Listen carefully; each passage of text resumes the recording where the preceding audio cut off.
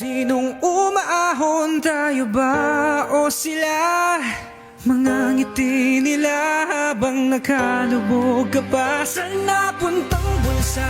Pinaghirapan kong mga barya. Minumulto na ng mga pangako nyo.